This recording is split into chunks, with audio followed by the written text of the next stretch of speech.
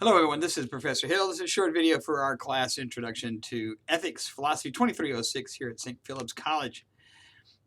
This is the online Summer 1 version of the class. This is week 4 of 5. It's Tuesday, the 2nd of July, 2019. And so we are right down to the wire. We have an assignment that's due tomorrow, Wednesday night, the 3rd of July.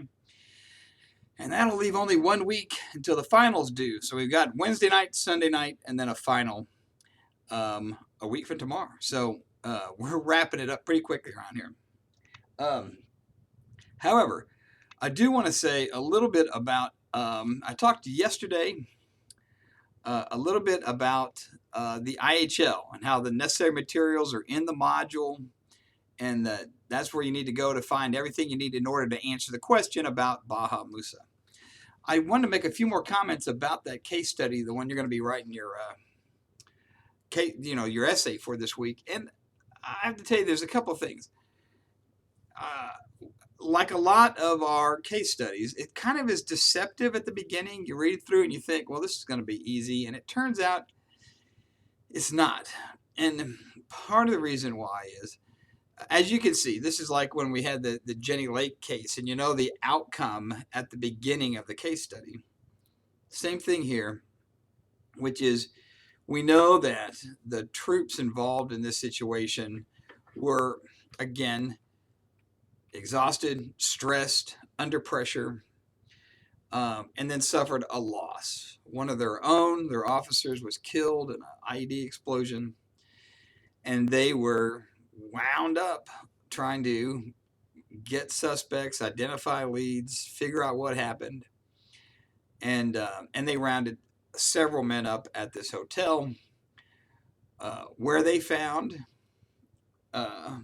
some weapons and other things, which made it look like, oh my gosh, this is a front for their illegal hostile activities. These were insurgents and not just normal citizens going about their day. And so they took them back, and they were trying to get information out of them. And again, under these circumstances, what happened was the line between what's acceptable interrogation and even stressful interrogation was crossed over into torture. And they end up torturing Baha Mousa. Now, I have to tell you, the situation with the young doctor who gets called into this, he's essentially he's being told, look, you got to treat these guys, you got to keep them alive so we can keep torturing them. And then we don't want you to say anything about this. And so you get this, the first step, the first level is him treating these patients, but also, again, now getting the information and knowledge of the severity of their injuries, the number of their injuries, what's happening to them. So it's not like a big surprise to him. He now, once he comes in and treats them, he knows what's going on. And so then the question becomes, does he, as he's obligated to, is to report this abuse? And this is one of the things I want to make clear about orders, which is in the military, and again, we're not talking about the United States military in this case, but this is true now for most professional militaries, including the United Kingdom and the United States, which is you have an obligation to follow orders. But you don't have an obligation to follow illegal orders. In fact, you have an obligation to refuse them and report them. So, if somebody comes in and says, I'm ordering you to shoot all these innocent women and children, you're not supposed to go, dang, I have no choice, I'm just following orders. You're supposed to say, no, and then report that.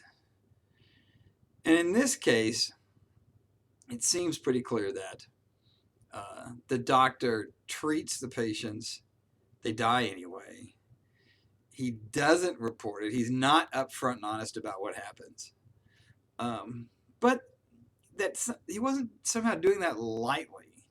It doesn't seem like he was kind of in on this terrible torturing situation. but just that he was young and confused and pressured and didn't know what to do. So it turns out that you have to think to yourself, in terms of his ethical responsibility, what shapes that? What sources of authority are at play?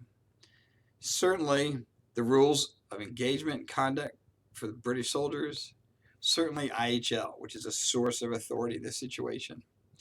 But there's also this kind of ethical question as well happening.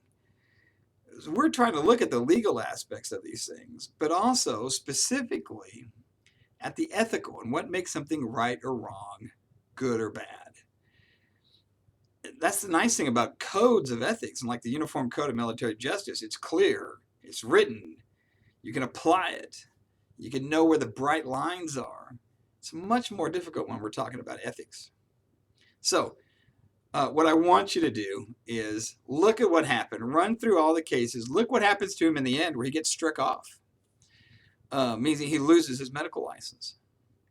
Do you think that's a fair and appropriate punishment? Do you think it should have been more severe?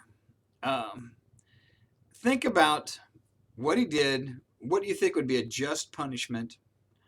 And again, what's the source of authority for finding him in violation of a law or an ethical principle? What do you think? Where's the line that he crossed, and what do you think should happen to him because of it? Like I said, it's not an easy case. It's a difficult case. And in the end, as we've discovered, Baha Mousa didn't have anything to do with the IEDs. He didn't have anything to do with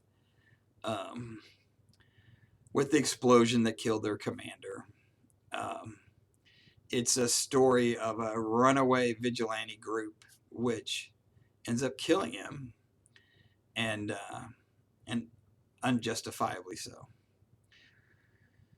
So you know that going into the analysis as well. So please spend some time, look at the IHL materials, but also think about Chapter 7, which is the last chapter we're going to cover in our book, which is about virtue ethics. Is that a source of authority for saying that what the doctor did was right or wrong? That's a tough question. So wrestle with that. Again, it's Tuesday the 2nd. We've still got time to work on the essays today and tomorrow. This thing's due tomorrow night, Wednesday the 3rd.